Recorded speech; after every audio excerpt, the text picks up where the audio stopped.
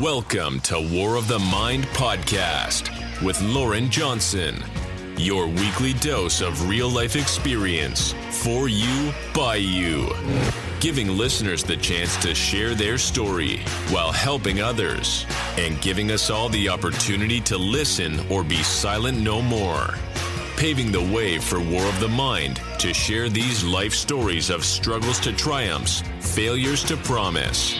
Here, we are all one, and as one, we can overcome life's journey towards finding our purpose.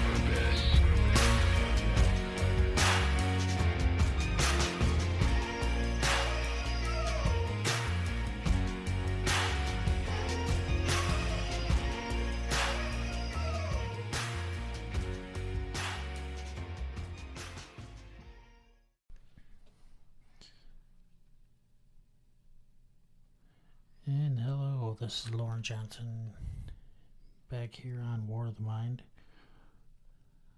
And today's topic, we're going to be talking about the opioid crisis, and then we'll go into a little bit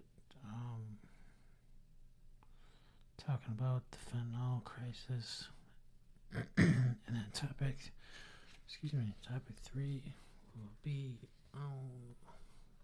LJ Voice Project, which is kind of a new project we got going on. It's we'll just listen in, we'll get to we'll cover that last part of it, and explain our goals and what we want to try and get out of LJ Voice Project. And so from there, let's go into this opioid crisis. I'm sure many of you are aware what's actually going on with it. What you see and hear in the news are two different things of whether you live it is another. And I'm speaking from experience, having walked that path of becoming addicted to opioids at a young age. I was introduced to pain meds through athletics, wrestling, 12 years old, concussion, and that would lead me into heroin. And,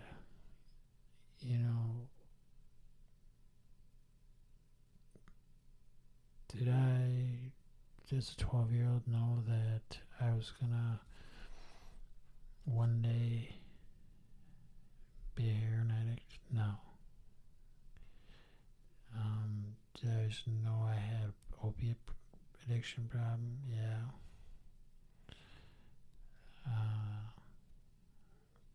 Felt like it just kind of came with the territory of sports and doing whatever I could do to perform on the wrestling mat. I wrestled in college. Started, all 4 years, and it takes a toll on your body and a beating, and you're a piece of meat.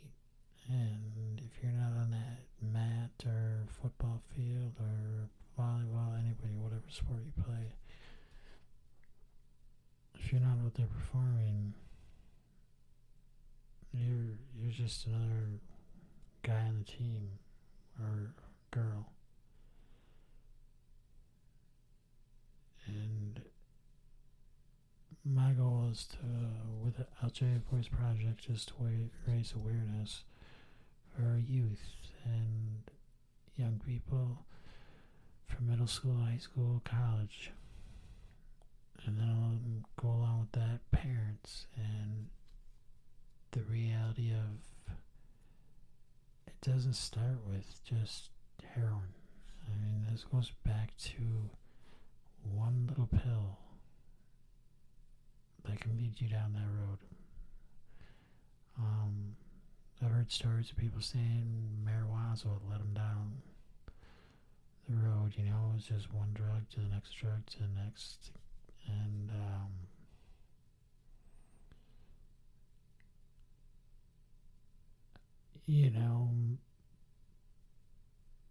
I just got done doing my testimony for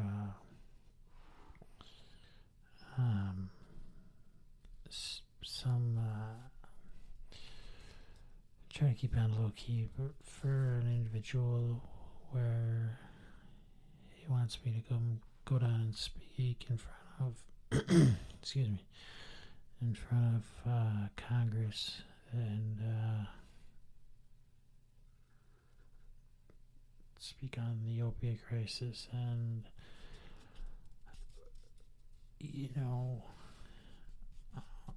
I kind of shared, I did it a digital testimony just because there's so much to put out there, because I've lived it for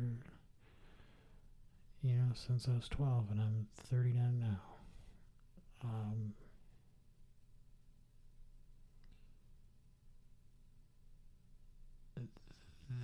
The thing is they haven't even touched the tip of the iceberg on this one. With fentanyl coming into the mix now, I mean, it's a whole new ballgame. And heroin isn't even straight heroin anymore. It's all synthetic and cut with everything else. And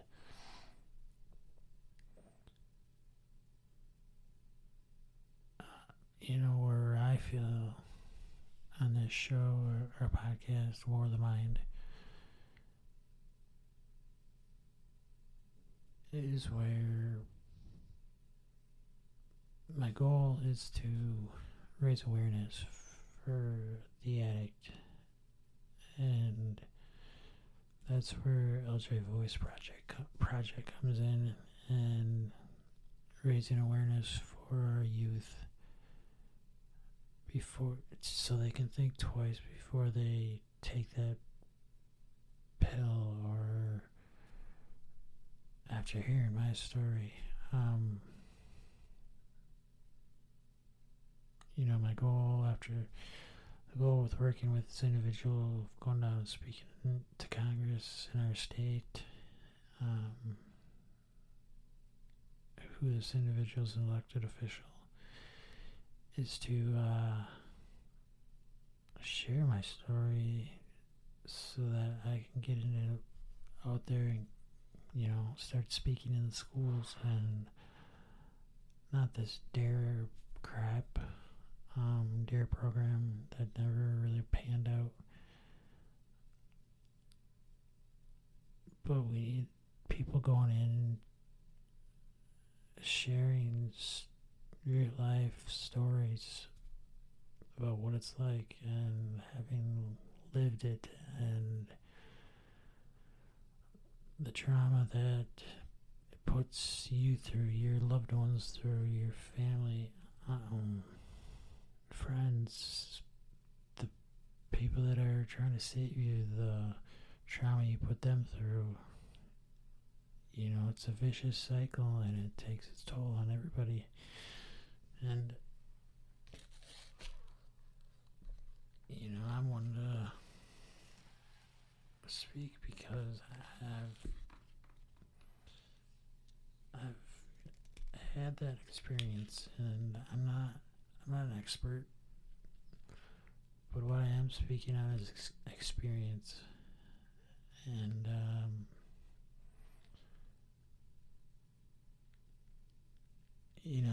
I didn't share a lot of this for a long time, but I've lived both sides of the law, having been a state trooper at one time, to being a heroin addict, to overdosing and being in a coma.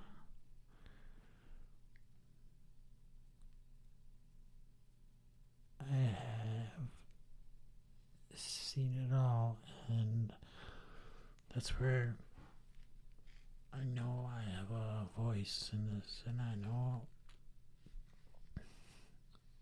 I might not save everybody, I might not help everybody. Hell, there's people that might not even like it. But what I am going to speak on is the truth and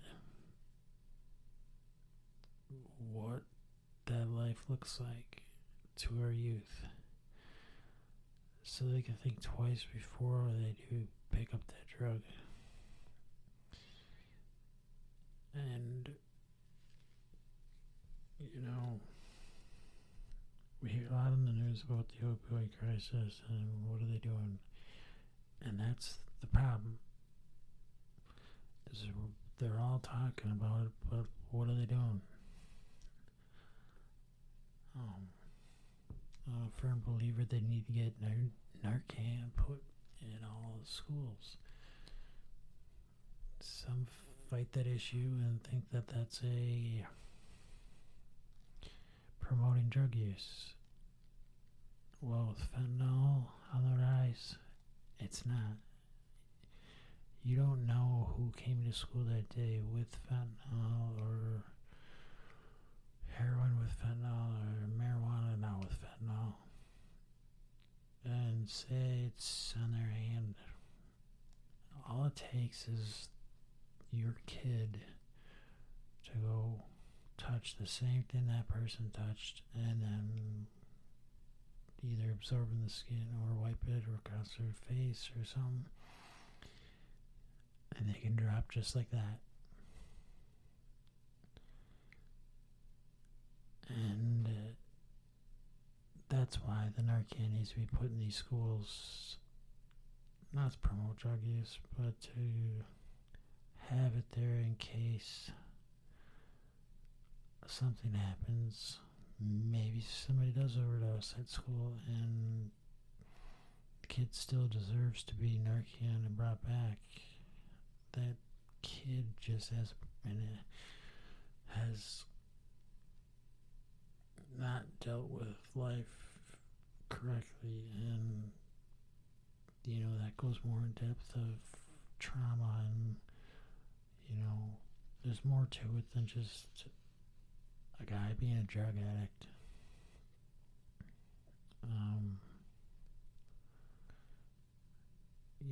There'll always be an issue of whether it's a disease or not. A lot of people say it's a choice because you choose to pick it up. But, I sway both ways on that.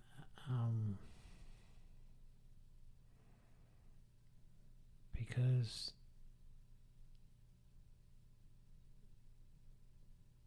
it's just, there's something in an individual that will seek out that drug, and it don't matter if they have to lie, steal, cheat. They will do whatever it takes once they're in the depths of hell. And the darkest hours don't come at night, they come during the day when you're on the heroin. And this is more we can talk in depth on other shows later. We're just kind of starting to get into this, so that leads into fentanyl. Fentanyl is another opioid, stronger, kill you faster. That's on the rise, and they're now packing it in pills. And I just heard a story the other day of a kid that OD'd because he thought he was getting ibuprofen from his friend, and the pill is packed as fentanyl.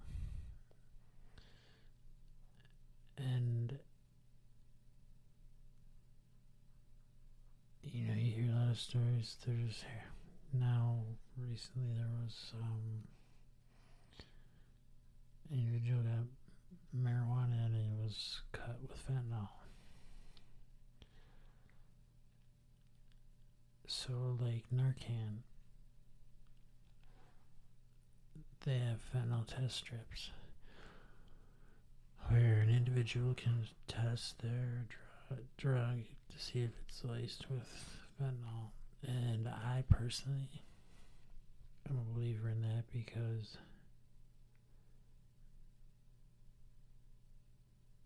if I don't want fentanyl in my crap and don't want to die,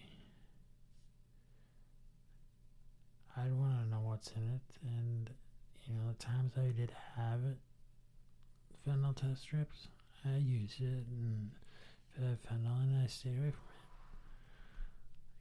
But then there's times when you're not in the right state of mind and all that goes out the window. And I had moments where I was so suicidal I didn't care what was in the needle, and I could look at it knowing I was going to get dropped, and I would still do it. And it kills me, the trauma I put my parents through, and wife, and my wife and I had an amazing marriage in the beginning, and then once the drugs got involved, we were sober beginning part of our marriage and got in a car wreck, and 2 weeks later on heroin, and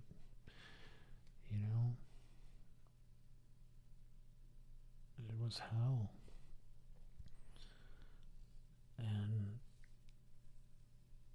now I'm 120, what do I got here? 117 days clean of heroin and meth.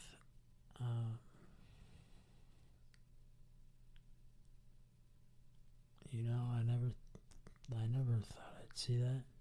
This is the longest I've been clean in 14 years. And alcohol, I'm over 1,500 days clean on that. So it is possible, and what I'm going to really push on this is, I know a lot of treatment centers push AA, 12-step, all that. I'm a firm believer in your programs, what you make of it, what works for you. I've always been one to take a little bit from everything and make it my own. Is that the right way? I don't know. Works for me. I've learned through a close friend that, sharing my story,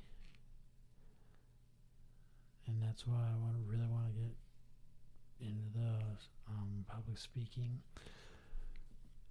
in person, so I can share my story and make an impact and raise awareness. And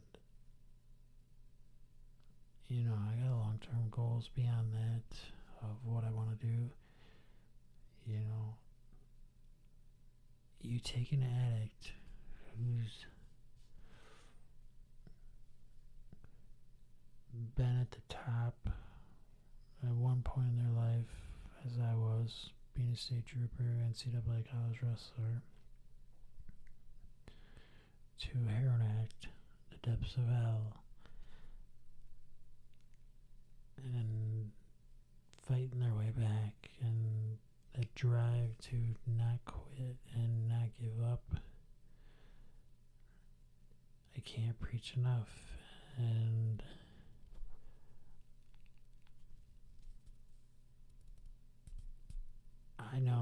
my story can make an impact on you, the listener. If you're struggling, don't be afraid to email me. It's Lauren, Loren Johnson, JOHNSON at ljvoiceproject.com. I'll respond to you personally and try and get you the resource you need.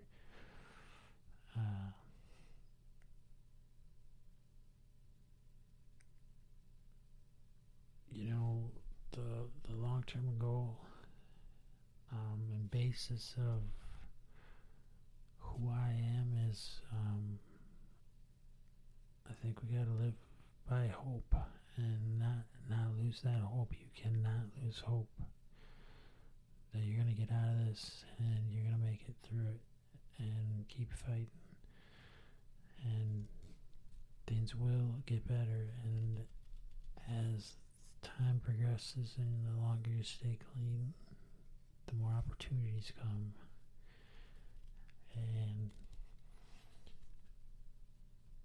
it's never going to be easy. Life's chaos. Let's admit it. Life's a mess. But, today, when you take a step, it might feel like you're going 2 steps backwards.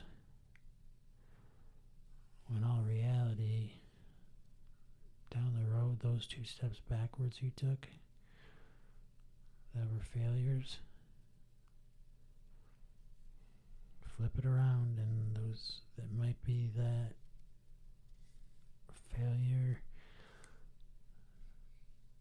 came the growth, which came the opportunity of a time to shine and be where you're at on the other side and making a difference and putting yourself in that situation where you can give another individual hope. And that's all I'm trying to do and want to do is help our youth and families and share my story on experience and show you it's possible, and at the same time try and deter our youth from ever even trying it.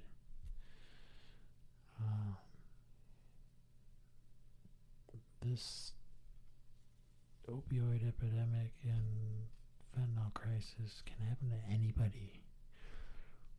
Look at me, state trooper and heroin addict now. Not a trooper anymore. Job wasn't for me. I couldn't handle the trauma and stuff I'd seen and dealt with.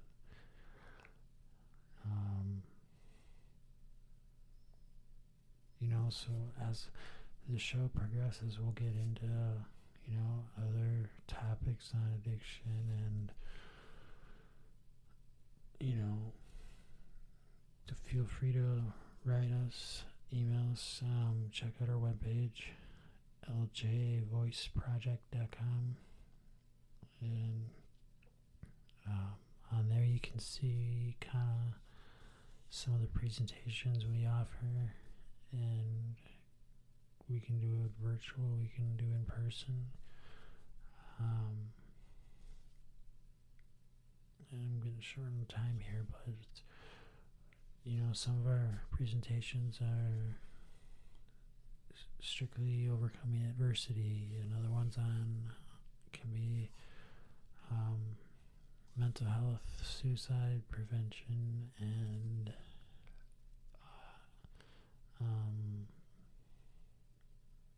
trying to think of this off the top of my head.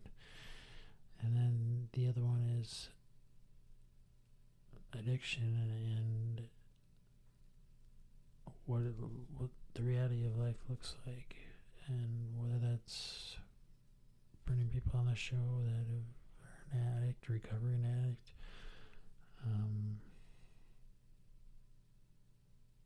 people who want to chime in when we do a live show and share their story. I want to have guests on that have experienced the same, not the same, experienced, the same, trying to think what to say, has experience in dealing with this type of topic and offer the resources. I might not have all the answers, but I'll do my damnedest and try and get you the answers and point you in the right direction and, give you ideas of what works for me, and I'll just kind of continue down that road of success. And, I'm a firm believer in if you, fall down, make sure you land on your back, because if you can look up, you can get up. And then if you can still have that drive in you, that will to have hope, then there's hope for you, and there's a life you can live that's beautiful and amazing, and you don't have to be stuck at the bottom forever. You can turn your life around, and that's what I'm here to try and share. And long-term goal would be LJ Voice Project opens up a retreat center for an addict that needs to just get away. Not a recovery center, treatment center, but kind of a retreat where you can go clear your head and get in touch with yourself in your soul and meditate. And whether it's what you do or mindfulness or occupy your mind place, that's my end goal, is raise awareness and have this retreat place where you could stay a day, 2 days, a week for free, and have families come, and we put on, maybe a weekend seminar, or have speakers come in and other people share their story. Because the only way we're going to beat this is by not staying silent. And everybody needs to have a voice, because you're not alone in this fight. So, with that, we're going to wrap it up. Like I said, we'll go more in depth next episode on the opioid crisis, and a little more kind of informational on fentanyl. And if you have any questions, feel free to email myself. It's Lauren Johnson at ljvoiceproject.com. And like I said, that's on our website as well if you scroll to the bottom. And I'm asking you to like our page, find us on Facebook, find us on Instagram, Twitter, and look us up, and spread the word, share our show, and let's do this together and make this show happen, and let's raise awareness and offer hope to those individuals in need. Until next time, I'll talk to you on Thursday.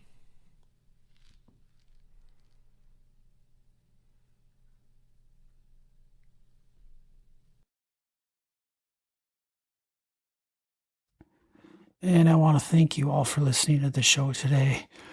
I appreciate all the views, and just go ahead and don't forget to share with your friends and family, and don't forget to like us on Facebook, The Voice Project, and we're also on Twitter at LJ Voice Project, and we also check out our email. Our website is ljvoiceproject.com. Email is contact us at ljvoiceproject.com. Or we also have Lauren, Loren Johnson at ljvoiceproject.com. Yeah, we're also on Instagram. All of those. I mean, just write us on our webpage, and we can easily get back to you. Just leave us a phone number. Our WhatsApp phone numbers on there as well. So feel free to contact us. We're always available and free to answer. So I really hope to hear from you soon.